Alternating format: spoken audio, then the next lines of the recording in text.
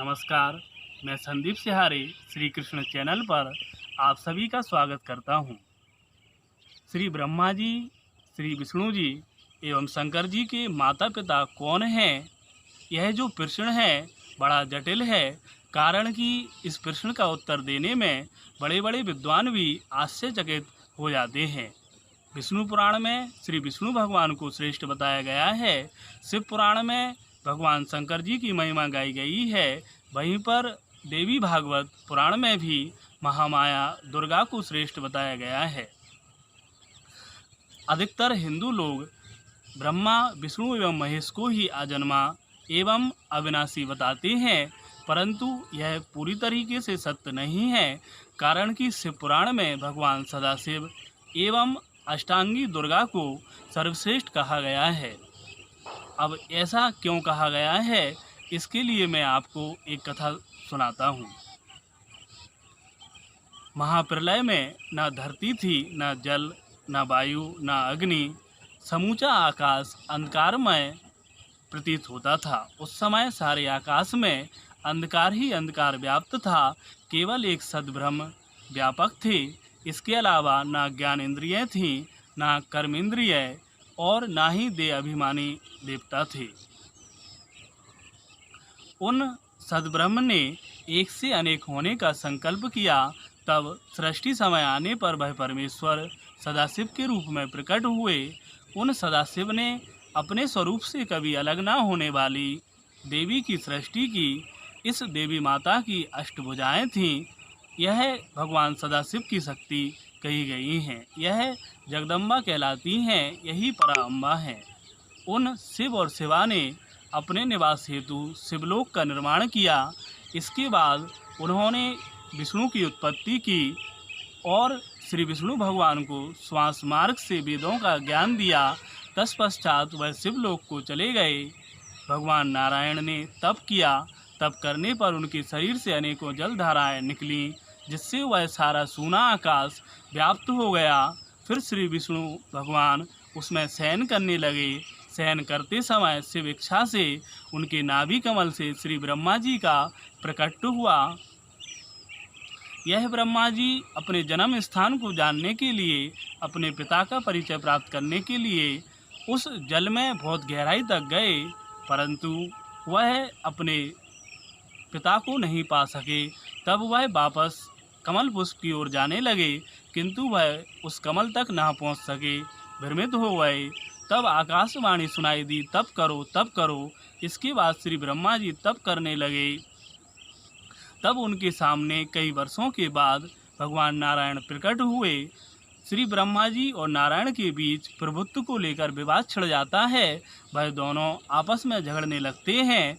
इसी बीच भगवान सदाशिव उन दोनों के बीच में ज्योतिर्लिंग के रूप में प्रकट हो जाते हैं। यह अग्नि स्तंभ ऊंचाई में और गहराई में अनंत योजन विस्तृत था। सो भगवान सदाशिव कहते हैं कि हे ब्रह्मा और हे विष्णु, इसकी आप ऊंचाई और गहराई नापिए। जो पहले इसका पता लगा लेगा वही श्रेष्ठ माना जाएगा। तब ब्रह्मा जी अंतरिक्ष में ऊपर की ओर जाते हैं और श्री विष्णु जी नीचे की ओर जाते हैं। वह दोनों अपने प्रयास में असफल हो जाते हैं। वापस लौट आते हैं और चारों ओर से अग्नि स्तंभ को प्रणाम करने लगते हैं। तब शिव कृपा से वहाँ पर एक ऋषि का आगमन होता है। उन ऋषि से वह दोनों उस अग्नि स्तंभ के तत्व का परिचय प्राप्त करते हैं। तब वह भगवान सदाशिव की स्तुति करने लगते हैं। स्तुति करने पर पहले तो उन्हें शब्द ब्रह्म के दर्शन होते हैं, फिर साक्षात भगवान सदाशिव शक्ति के साथ प्रकट हो जाते हैं। श्री ब्रह्मा जी और विष्णु जी उन परमेश्वर की स्तुति करने लगते हैं। स्तुति करने के बाद भगवान सदाशिव उन्हें दिव्य ज्ञान देते हैं। वह बताते हैं कि सृष्टि, स्थिति, संहार, तिरोभाव एवं अनुग्रह यह पांचों कर्तव्य उन्हीं के हैं और अनुग्रह नामक जो पांचवा दायित्व है उसको कोई भी नहीं जान सका है, कारण कि वह भगवान सदाशिव का है। भगवान सदाशिव विष्णु जी और ब्रह्मा जी से कहते हैं कि हे ब्रह्मा, तुम जगत की रचना करना, विष्णु जी पालन करेंगे तथा बाद में मैं ब्रह्मा जी की भ्रकुटी से उत्पन्न होकर इस संसार का जो तुम बनाओगे उसका संहार करूँगा। ब्रह्मा जी की शक्ति सरस्वती होगी, विष्णु जी की महालक्ष्मी एवं जो रुद्र हैं उनकी शक्ति महाकाली होंगी। ऐसा कहकर समझा बुझाकर वह भगवान सदाशिव और शक्ति अपने दिव्य क्षेत्र शिवलोक को चले जाते हैं। तो आपने क्या देखा, आप समझ गए। यहाँ स्पष्ट तौर पर कहा गया है कि भगवान सदाशिव तीनों देवताओं के पिता हैं। महामाया दुर्गा तीनों देवताओं की जननी है। यही बात देवी भागवत पुराण में भी कही गई है। वह कथा थोड़ी इससे अलग है, उसको भी जरा हम देख लेते हैं। देवी भागवत पुराण में इस संबंध में एक कथा दी गई है, उसको आप सुने। पूर्व कल्प में यह सारा विश्व जल में डूबा हुआ था। उस समय सभी पदार्थों का अभाव था। ना सूर्य थे, ना चंद्र, ना ग्रह नक्षत्र एवं तारागण भी नहीं थे। उस समय केवल भगवान श्री हरि शेषनाग की शैया पर लेटे हुए थे। उनके कानों के मैल से मधु एवं कैटभ दो दैत्य उत्पन्न हुए। वह दोनों दैत्य भगवती शिवा की आराधना करने लगे। सो शिवा देवी ने प्रसन्न होकर उन्हें इच्छा मृत्यु का वरदान दे दिया।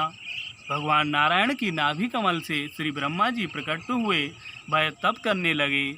उनके तप करते हुए मधु एवं कैटभ दोनों वहीं पर आ जाते हैं और भगवान ब्रह्मा जी से कहते हैं कि तुम या तो यह कमल पुष्प का जो विस्तृत आसन है इसको त्याग दो अथवा हमारा दास बन जाओ। यदि ऐसा नहीं कर सकते तो हमसे युद्ध करो। श्री ब्रह्मा जी मन में विचारने लगते हैं कि मैंने अपने जीवन में अभी तक तप ही किया है, कभी लड़ाई नहीं की। फिर यह दोनों महाबली लगते हैं, सो मैं क्या करूं? तब उनके मन में विचार आता है कि क्यों ना मैं अपने जन्मदाता श्री हरि विष्णु के पास चलूं। तब वह भगवान नारायण के पास आते हैं। उन्हें जगाने के लिए लंबी चौड़ी स्तुति करते हैं। भगवान हरि निद्रा के वशीभूत हो गए थे। तब ब्रह्मा जी यह देखते हैं कि भगवान हरि जाग नहीं रहे हैं। सो उनकी समझ में आता है कि हो ना हो यह श्री हरि योग माया की वशीभूत हो गए हैं। तब वह योग माया निद्रा देवी की स्तुति करने लगते हैं। स्तुति करने पर भगवती योग माया उन श्री हरि के विग्रह से निकलकर सामने खड़ी हो जाती हैं। तब हरि जाग जाते हैं और पिता में ब्रह्मा से पूछते हैं कि आप अपनी तपस्या छोड़कर यहाँ क्या कर रहे हैं? मुझे आप उदास से लग रहे हैं, बताओ क्या कष्ट है?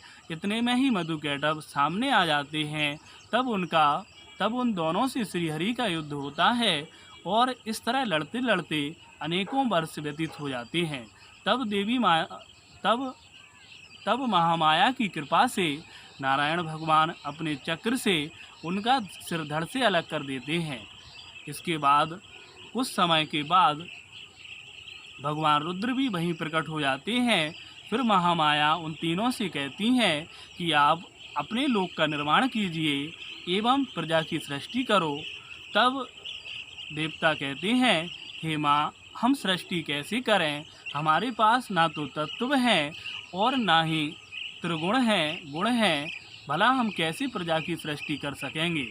तब महामाया कहती हैं कि आप ठहरो, मैं आप सभी को एक अद्भुत दृश्य दिखलाती हूँ।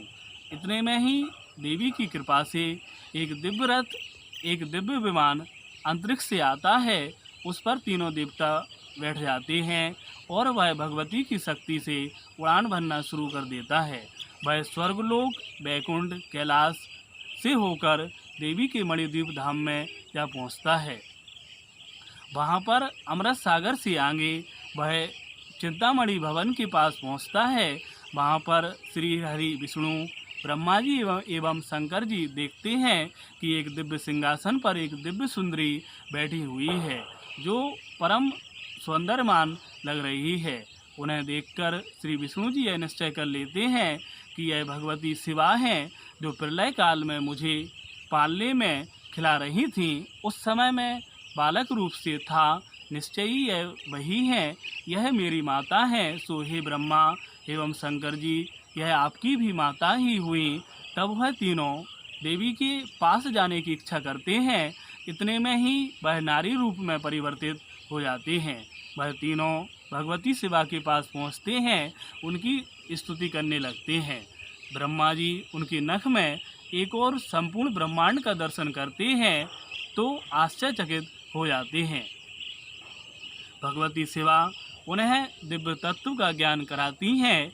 ब्रह्मा जी उन देवी से पूछते हैं, हे माँ, वेदों में एक अद्वितीय ब्रह्म का वर्णन किया गया है और इधर आप हमें सर्वशक्तिमान लगती हैं, सो हे माँ, लिखा हुआ कुछ और है और अनुभव में कुछ और आता है, सो आप ही बताइए, क्या वह ब्रह्म आपसे अलग है अथवा आप ही का वह रूप है? देवी माँ कहती हैं, हे ब्रह्मा, हे विष्णु एवं शिव, ध्यान से सुनो, मैं और ब्रह्म एक ही हैं। हम दोनों में कोई अंतर नहीं है।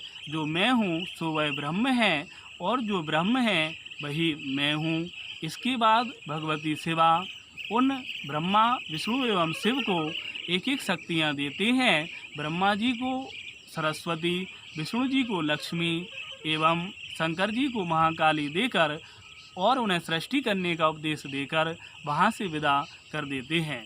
इसके बाद तीनों वापस उस लोक में आते हैं जहाँ अथाह जल ही जल व्याप्त था और अपने लोगों की सृष्टि कर सृष्टि प्रक्रिया आगे बढ़ाते हैं। तो आपने यहाँ पर क्या देखा? यहाँ पर भगवती शिवा ने तीनों देवताओं को 3 शक्तियाँ दी और यह तीनों उन्हीं के पुत्र हैं।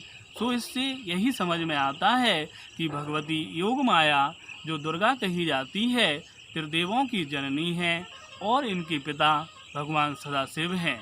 यदि आपको यह वीडियो अच्छा लगे तो इसको लाइक करें व मेरे चैनल को सब्सक्राइब जरूर करें। धन्यवाद।